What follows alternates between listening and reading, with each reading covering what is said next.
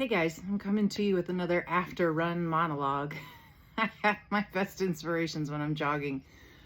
I wanted to share an example of how trauma still lived in my body. And I spotted this while I was down in Orlando working with some military folks over the last couple of weeks. And I did a whole episode on this, but I found another trigger that still existed in my own body, and I was given the opportunity to handle it differently, which was really cool. And I was present enough in the moment to recognize what it was.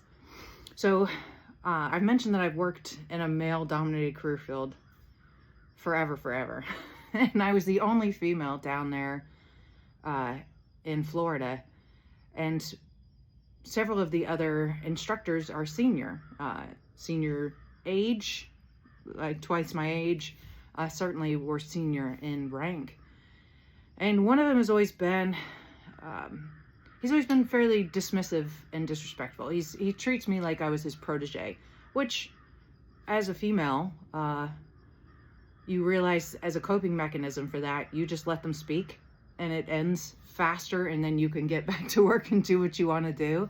So I usually just allow men like that to blow hard, get their opinion out, tell them how wonderful their opinion is, and then I go off and I do my own thing. Well, one day, because I was the primary instructor for this block, he pulls me aside in the break, and he tells me how upset he is with me for teaching something that's going to be like what he's teaching the next week. And he comes at me hard. I'm very disappointed in you. How could you? You broke your word. And I could feel the trigger in my body. I could feel the physiological trauma that I have built from dealing with men like this my whole career. My body starts to close in on itself. I could feel my heart rate picking up. I could immediately feel my brain start to kick into the, what did I do? Like rewinding data and figuring out what I had done wrong to earn this rebuke, And as my body was closing in, I've done so much work on this. I realized what was happening. In that moment, I was conscious that this was triggering the traumatic experiences I've had with this. So I immediately let my shoulders back. I looked at him, cut him off, and I said, "Don't get an attitude with me." And it threw him so hard. He's like, "I'm not getting an attitude. I don't know what you're talking about." I said, "Look, I'm doing what I was paid to do. If you have a problem with it, you go to the company that hired me. I'm not going to put up with this." And it completely threw him. Now, for the following weeks of work together, he barely spoke to me. But that's not at all the point. The point was, I was given a moment in time. I was given the gift for my soul to relive an event that I had faced so many times in my life, and to decide how I wanted to face it. Did I want to face it how I normally do, which is to literally suck it up, to take the hit, to go introspective and figure out how can I prevent this from happening again in the future? Or can I say, I did nothing wrong.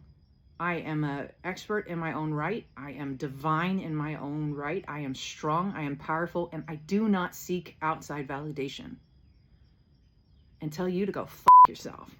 And that's what I did. And it felt pretty freaking wonderful. And I'll say, especially as a female, we aren't given outside validation in the same way that men can be. We aren't seen as peers. We aren't seen as equals. And that's not a blanket statement to say that it never happens, but that is certainly the experience for many of us. So to be given that opportunity as a soul, I'm not saying this as a victim. I'm not saying women are victims. I'm saying we choose to come in as women to learn that lesson.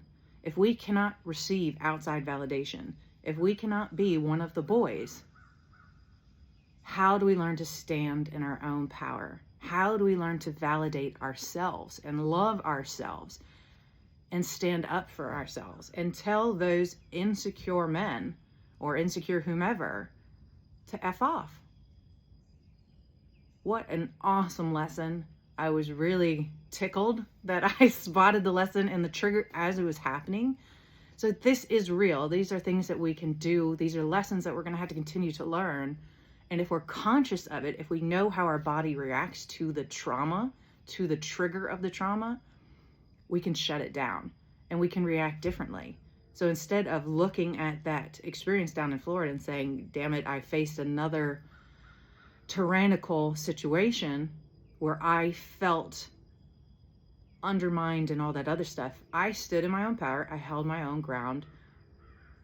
And I don't care for their outside validation. I don't care for his good opinion. I care for my good opinion. So that was my lesson. That was what I was thinking about when I was running. And I wanted to share that.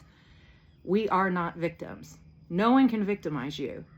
Don't take that label for yourself. These are opportunities for us to stand in our power, to find self-love. True, unconditional self-love, and tell the rest of the world that their opinions aren't what's important.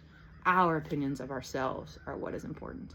And as women, we're given the unique opportunity to learn that over and over and over again in a way that men might not have to. It's a soul choice, not a victim. It's an opportunity.